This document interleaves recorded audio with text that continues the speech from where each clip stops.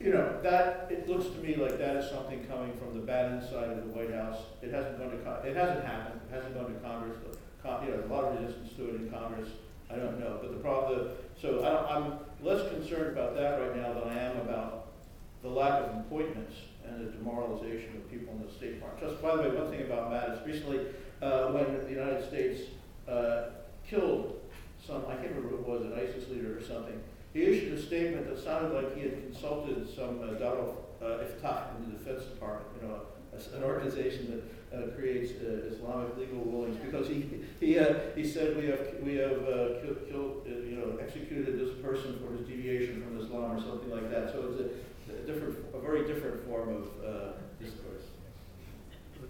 Please. Yeah, of course, as you know, this is a long-standing issue. I remember we organized an event at GW back in 2009 when Secretary Gates and Secretary Clinton sat down together, and basically Gates was advocating for giving more money to the State Department because he believed that it was important to have the civil-military working relationship. And I don't think he ever actually did give any of the Pentagon money to the State Department, but but the idea, it goes quite a ways back, this idea that you have to have the complementarity of the civilian and the military, but it does seem to be quite out of balance right now. I think that I think the one hole in your, you know, in your picture, in that picture of the administration right now, is the State Department really dramatically understaffed and really demoralized at the moment. I mean, that's just the reality. I was talking with USAID people not too long after this week, and they are absolutely demoralized. They don't know if their agency is going to exist in the near future. And when you look at the good that they do in terms of trying to address the underlying conditions of state failure, this is really quite alarming, because my general take on things like ISIS and Al-Qaeda is that they thrive wherever you get failed states, where there's no governance, where there's kind of these unpoliced areas, and that is exactly what USAID does, is they try and build state capacity and try and do development projects. So this sort of thing strikes me as really deeply short-sighted, and I hope that it doesn't make it through Congress. Thank you. Please, somebody. Yes, please. Yes. Thank you so much. Yeah, welcome. My question is for Dr. Rubin. Since nobody knows not only Afghanistan but the entire region better than you, if I say this, here in the West. And your book, your fascinating book, The Fragmentation of Afghanistan, you know, I have used it for my graduate work, you know, and it's taught for, has been taught in many renowned schools. 3 minutes. So my question is regarding the peace and reconciliation in Afghanistan. While you talked about the economic aspects, you know, Chabahar and the regional economic aspects that you mentioned. But right now we have not only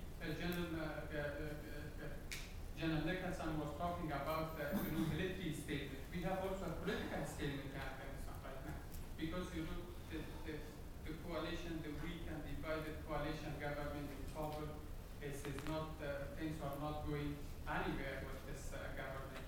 What specific course of action do you, in your opinion, should the United States, Afghanistan, Pakistan, which is a big stakeholder, should take toward a genuine peace and reconciliation efforts in Afghanistan? You know, I have fought with the Taliban as a soldier, but I'm pro-peace. As you mentioned, you know, we cannot defeat the Taliban on the ground. We have to talk to them and to the Afghan society. Thank you. Well, I don't want to be, you know, one of those stupid people who announces what he's going to do in advance.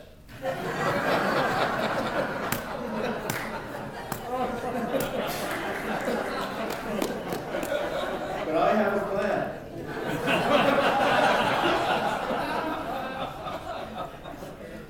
So I think it's not a political settlement in Afghanistan or reconciliation in Afghanistan. It's not an agreement between the government and the Taliban. Because it's an agreement that all the groups in Afghanistan will be part of a common system. And there are people inside the current government who used to be fighting each other. And if they're not fighting each other today, it's mainly because the United States is paying both of them not to do that. So we need a broader framework, which will be, it'll be something like, it doesn't have to have this name, but something, a process, a very complicated process involving the neighbors, but it will lead to something like a Lloyd area, bringing the Afghans together. So you don't have to have the Taliban negotiating with the government. That creates a zero-sum situation, which you make demands and so on, and each of them tries to prove they're more important than the other. The important thing is to bring the different groups together in a process where they all can feel respected, have their dignity. But that's only possible if nobody outside is paying them to kill each other. So that is why the role of the region and the United States in particular is very important. I think what isn't clear, actually what is clear, I used to be a diplomat working for a political settlement in Afghanistan, and I not only talked to Afghans and on both sides, on various sides, but I also talked to everyone in the region. And I can say with a fair degree of confidence that no one in the whole region, Afghan or non-Afghan, believes that the United States wants a political settlement in Afghanistan. They don't believe that. And as long as they don't believe that, we won't have one.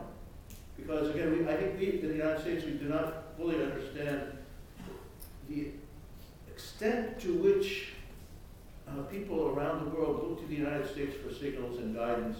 I was in China for 2 weeks in December. I was first in Russia, then I was in China. And I tried to have conversations about Afghanistan, but every conversation became about Donald Trump. Because they didn't know how to talk about Afghanistan or Pakistan unless they knew what the U.S. position was. So I think we have to first be clear, and not just by our statements. That's why I emphasize the importance of doing things concretely on the ground to promote these connectivity projects. I have some specific suggestions, which I won't make here, which will get us, in other words, we are a regional power there now, just like we are in the Pacific, right? So we have APEC, and U.S. is involved in economic issues in the Pacific as well as in the U.S.-Japan Security Treaty and other such things. Well, we need to have a comparable web of activities in this region if we are planning to be involved there. Thank you. On that side, anybody? Please. Yes, sir. Sorry. I will come back. Yes. Sir, sorry. It is this gentleman, and then I come back to you, sir. Thank you. Thanks. As Professor Kirby pointed out about domestic policy, but high big business confidence in the rising stock market aren't exactly the same as broad-based long-term economic growth. As the United States continues to decline relatively in world economic. And as we've seen the past century or so, Middle Eastern geopolitics was shaped by the great powers, Britain, France, then the United States. Will the relative decline of the United States in global economic terms, how will that shape the geopolitics in the Middle East? Or will the U.S. foreign policy be detached from the economic reality of this country? And will certain American electorates force U.S. foreign policy in different directions? Please, Dr. Kren. Well, maybe take this one. So I am not so convinced that the United States will decline relatively compared to other states, or that the trend will continue. So I have an article in the National Interest from a couple of years ago called Why Democracies Dominate America's Edge Over China. And I think we see historically that democracies just have kind of staying power, an ability to forge international alliances, an ability to maintain steady rates of economic growth that autocracies like Russia and China just haven't been able to match. And if you look at the leading states in the international system, arguably all the way back to the Dutch and 500 years ago, but certainly in the past couple hundred years, it's been the British Empire, the United States. You have these autocratic challengers, Nazi Germany, Soviet Union, and they've burned out. And I suspect that China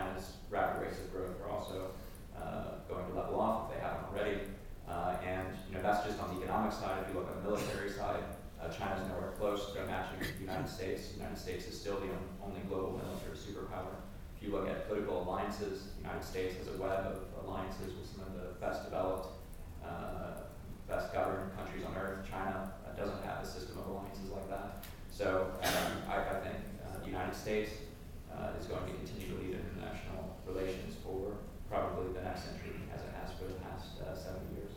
I'm asking, what does that leadership look like? What does that leadership look like? That's what I'm asking.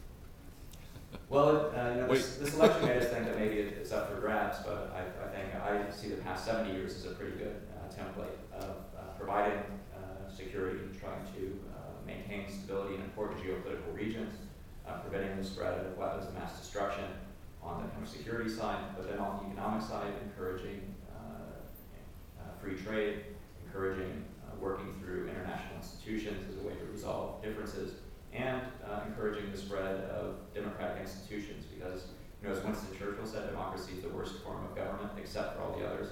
And I think that that's still the case today. Thank you. Dr. Lynch. I just have to add one point here, which I think is extremely interesting and relevant, which is that in many ways, the GCC and the Arab states of the Gulf are already Asian powers. The spectacular rise in energy dependence of Southeast Asia and China on the Gulf is, I think, one of the most understudied and most appreciated changes in the last 20 years. I think that it's not an accident. Again, most people in the U.S. didn't notice this, but the King of Saudi Arabia, who's like 85, 83, not very healthy, just spent a month in Asia, traveling to, and that's because that's where Saudi interests now lie.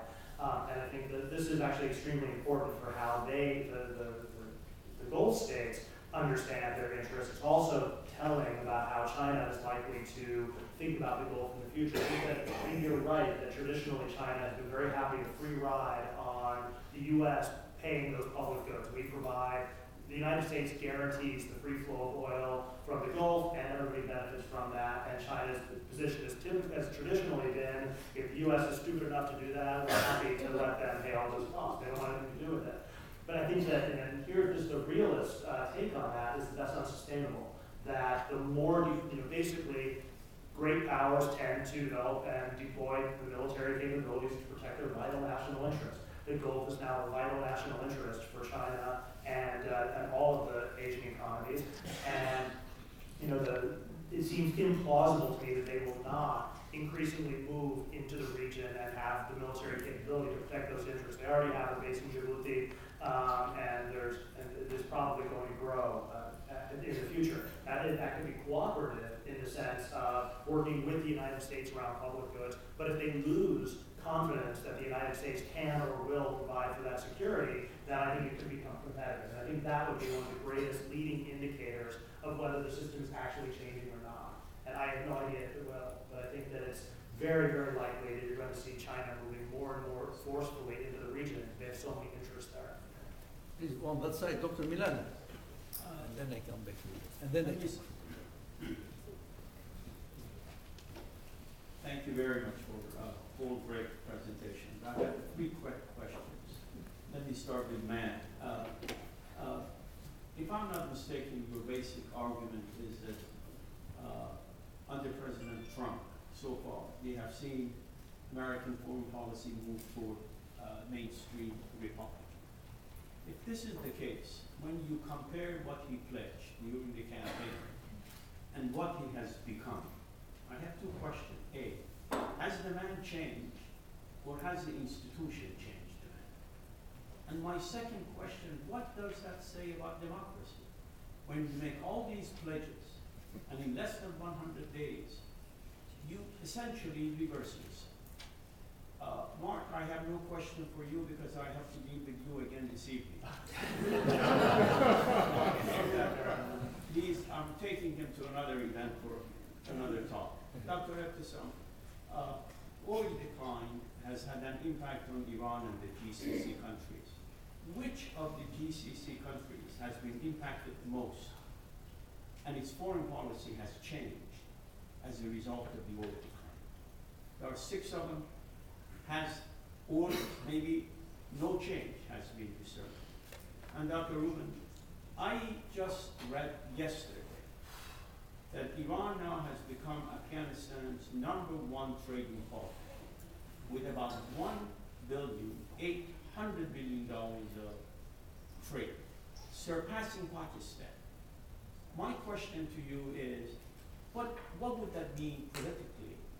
And why is it that countries like China and India, 10 times as large as Iran, why is it that they haven't been able to penetrate Afghanistan as well?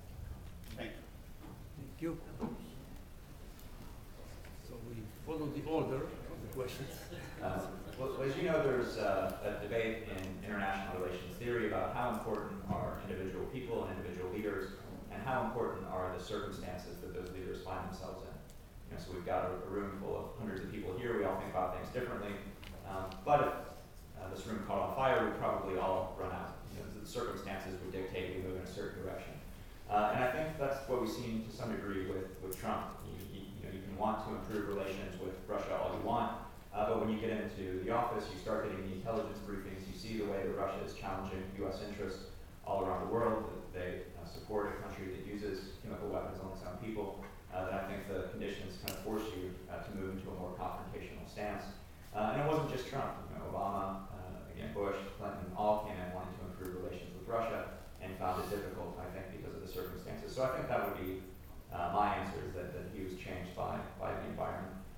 In terms of what it means for democracy, that's a tougher question, I think. I mean, it seems like his voters weren't really choosing him because of his policy positions. He wasn't very clear about what his policy positions really were on the campaign trail. Even when he was clear, there was a lot of ambiguity about what that might mean. I mean, what does it mean to renegotiate NAFTA or to renegotiate the Iran deal? And so, I don't know, you may have to ask Trump voters, and I wasn't one of them, but it seems to me like they were really voting more for a sentiment of kind of anti-establishment, of an outsider, of something different, and that they certainly got. And I think in some areas he probably will do things differently than a Clinton or a Rubio would have. But I think in the end he was compelled to respond in a certain way because of the conditions.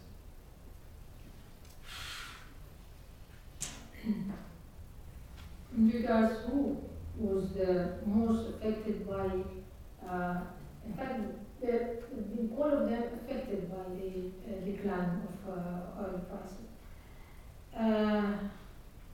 I would say Qatar. There's a huge deficit in its budget, but why I'm saying Qatar? Because during the Arab Spring and before, Qatar used to throw a lot of money to gain a power through Muslim Brotherhood. Although the Emir of Qatar it's not even if you will describe him as a good Muslim, I mean, in terms of praying without five times or whatever. But Qatar has been used Muslim Brotherhood as a tool to gain a political power through the region.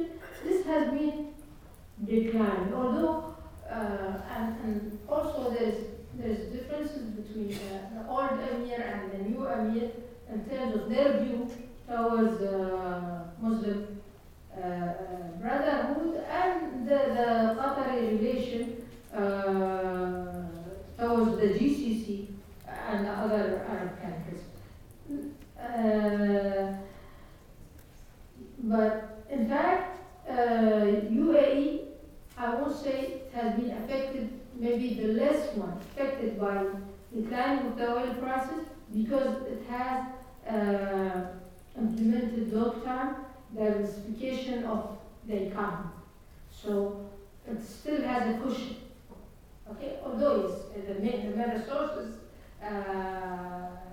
oil. Thank you. Dr. Rule. Well, unfortunately, an extremely simple answer to your question, which is that China and India don't have borders with Afghanistan. So they have a lot of obstacles to getting their goods there. Before 1947, India was